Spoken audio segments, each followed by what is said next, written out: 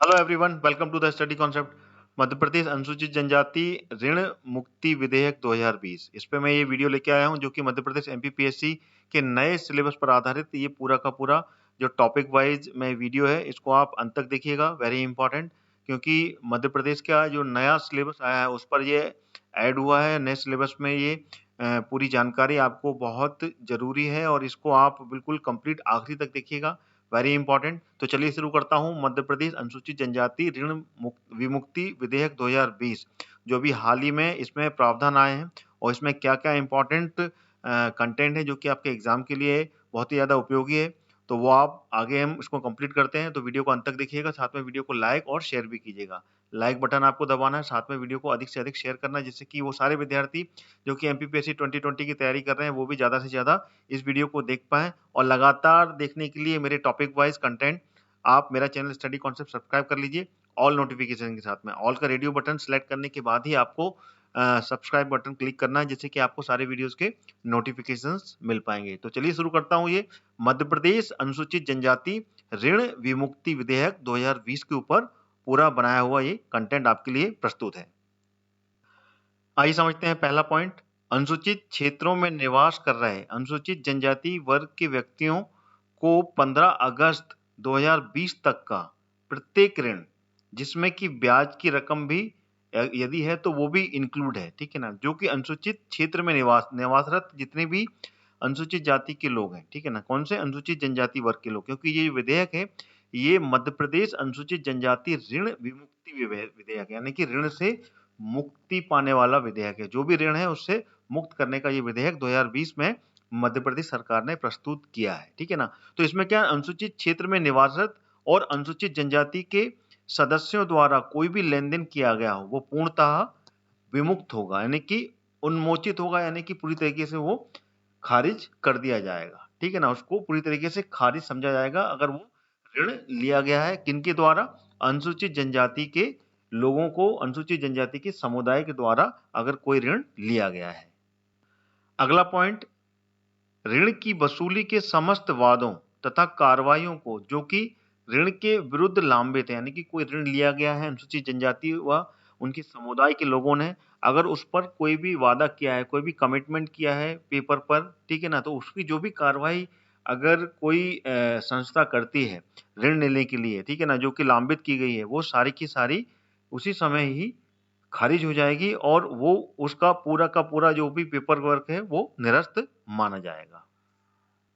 अगला फैक्ट, ऋण द्वारा गिरवी रखी गई प्रत्येक जो भी संपत्ति है जो कि ऋणी के पक्ष में निमुक्त हो जाएगी, यानी कि अगर किसी अनुसूचित जाति या अनुसूचित जनजाति के लोग, क्योंकि जनजाति है, ठीक है ना, एसटी समुदाय है, ये ध्यान रखिएगा, एसटी समुदाय पर ये ऋण विमुक्त विधेयक 2020 है।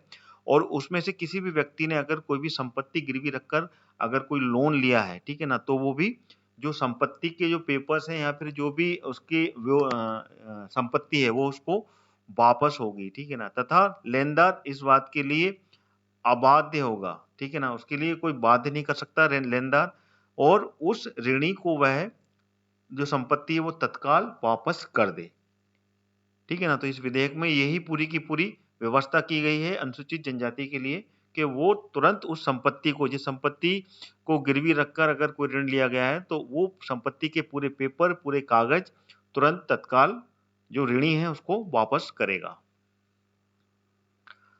अगला पॉइंट, इस अधिनियम के अधीन कोई भी लेनदार जिसने की ऋण दिया हुआ है, ठीक है ना, और उसको वापस लेना है, लेनदार किसी भी ऋणी से जिसने दिया है, जिसको लिया गया है, यानी कि जिसने लोन लिया है उसको, ठीक है ना, उसके द्वारा गिरवी या बंधक रखी गई संपत्ति का कब्जा, ठीक है ना, वापस कर पुनः परिदत्त करने से इनकार नहीं करेगा, यानी कि उसको वापस करने से वो इनकार नहीं कर सकता है। ये भी विधेयक में साफ साफ लिखा हुआ है। ऐसे ऋणी के पक्ष में निर्मुक्त और मोचित हो जाएगी वो पूरी की पूरी संपत्ति, ठीक है। अगला पॉइंट, किसी ऋणी द्वारा किसी लेनदेन के पक्ष में निष्पादित किए गए प्रत्येक बंधक का मोचन हो जाएगा, यानी कि उसको पूरी तरीके से वो खत्म हो जाएगा, छुड़ा लिया जाएगा, तथा बंधक संपत्ति ऐसे ऋणी के पक्ष में निर्मुक्त हो जाएगी।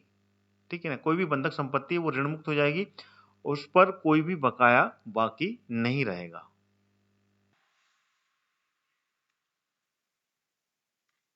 आगे जाने से पहले मैं आपको बताना चाहूंगा अनअकैडमी के बारे में। अगर आप एमपीपीएससी और एमपी पुलिस की तैयारी कर रहे हैं तो अनअकैडमी आपके लिए लाया है फ्री टेस्ट। आइए जानते हैं ये कौन कौन से टेस्ट हैं और आप इनको देकर अपनी तैयारी को कैसे मजबूत कर सकते हैं। यह टेस्ट दे सकते हैं वो भी फ्री में। जो भी बच्चे एमपीपीएससी की तैयारी कर रहे हैं उसके लिए अनअकैडमी लाया है चैंपियनशिप टेस्ट सीरीज। यह टेस्ट सिर्फ आपकी तैयारी पूरी नहीं कराएगा, उसके साथ साथ मौका देगा अनअकैडमी का 1 मंथ का फ्री सब्सक्रिप्शन जीतने का। बस आपको टॉप 3 में आना है और किसी भी एग्जाम को पास करना है। जो बच्चे एमपी पुलिस और एमपी एसआई की तैयारी कर रहे हैं उनको भी निराश होने की जरूरत नहीं है। आपके लिए भी सिमिलर अपॉर्चुनिटी है। आज ही हिस्सा लीजिए और अपनी तैयारी को मजबूत करें। पाए मौका अनअकैडमी के सब्सक्रिप्शन जीतने का। आइए अब जान लेते हैं अनअकैडमी के प्लस बैचेस के बारे में जो आपकी जरूरत के हिसाब से बिल्कुल परफेक्ट हैं। जी हाँ, अब अनअकैडमी के साथ अपने प्रिपरेशन की जरूरत के अनुसार बैच ज्वाइन कर सकते हैं और अपनी एमपीपीएससी प्रीलिम्स में सिलेक्शन पक्की कर सकते हैं। यह सारे बैचेस जल्द ही शुरू हो रहे हैं और अपनी प्रिपरेशन में आप जहां पर भी हैं वहां से आपको बहुत मदद करने वाले हैं। जो बच्चे एमपीपीएससी प्रीलिम्स 2020 की तैयारी कर रहे हैं ध्यान से सुनिए।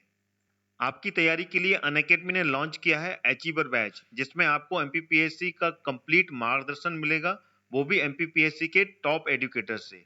यह बैच 18 फरवरी से शुरू हो चुका है। अभी भी देरी नहीं हुई है, आज ही ज्वाइन करें। इस कोर्स का कोड मैंने अपने वीडियो के डिस्क्रिप्शन बॉक्स में डाल दिया है, वहां से आप क्लिक करके ज्वाइन कर सकते हैं। जो बच्चे एमपीपीएससी प्रीलिम्स एंड मेंस 2020 की तैयारी इंग्लिश मीडियम में कर रहे हैं वो ध्यान से सुनिए।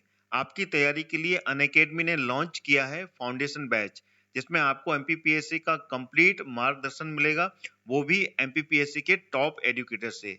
यह बैच 18 फरवरी से शुरू हो चुका है, अभी भी देरी नहीं हुई है, इसे आप ज्वाइन कर सकते हैं। इसका भी लिंक मैंने वीडियो के डिस्क्रिप्शन बॉक्स में डाल दिया है, वहां से आप क्लिक करके इस कोर्स को ज्वाइन कर सकते हैं।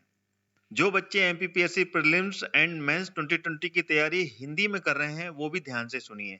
आपके लिए अनअकैडमी ने लॉन्च किया है लक्ष्य एमपीपीएससी फाउंडेशन बैच, जिसमें आपको एमपीपीएससी का कंप्लीट मार्गदर्शन मिलेगा, वो भी एमपीपीएससी के टॉप एजुकेटर से। यह बैच 19 फरवरी से शुरू हो चुका है, अभी भी देरी नहीं हुई है, आप इसको ज्वाइन कर सकते हैं। इसका भी लिंक मैंने वीडियो के डिस्क्रिप्शन बॉक्स में डाल दिया है।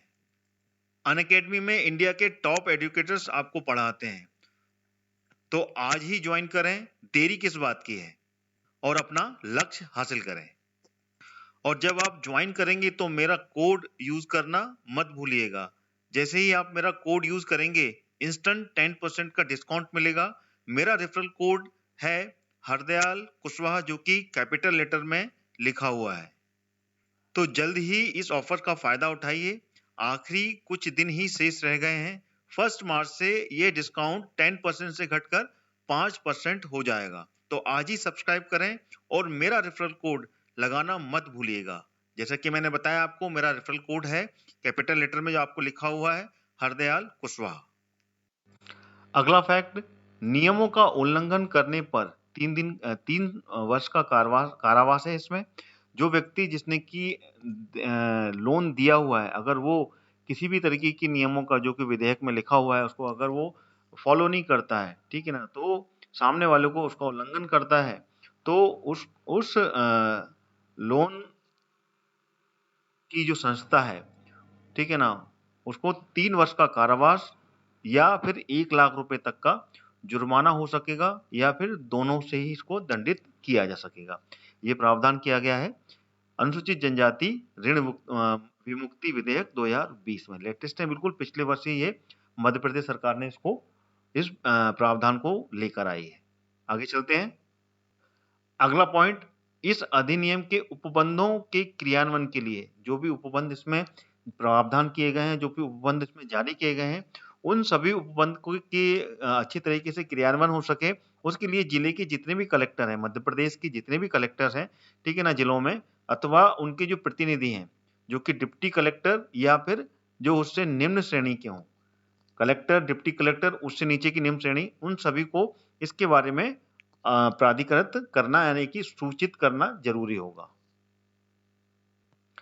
अगला और आखिरी पॉइंट अनुसूचित जनजाति ऋण विमुक्ति विधेयक 2020 का, इसमें लिखा हुआ है कि किसी भी सिविल न्यायालय को ऐसे ऋण के संबंध में किसी भी प्रश्न को ग्रहण करने या फिर विनिश्चित करने की अधिकारिता नहीं होगी।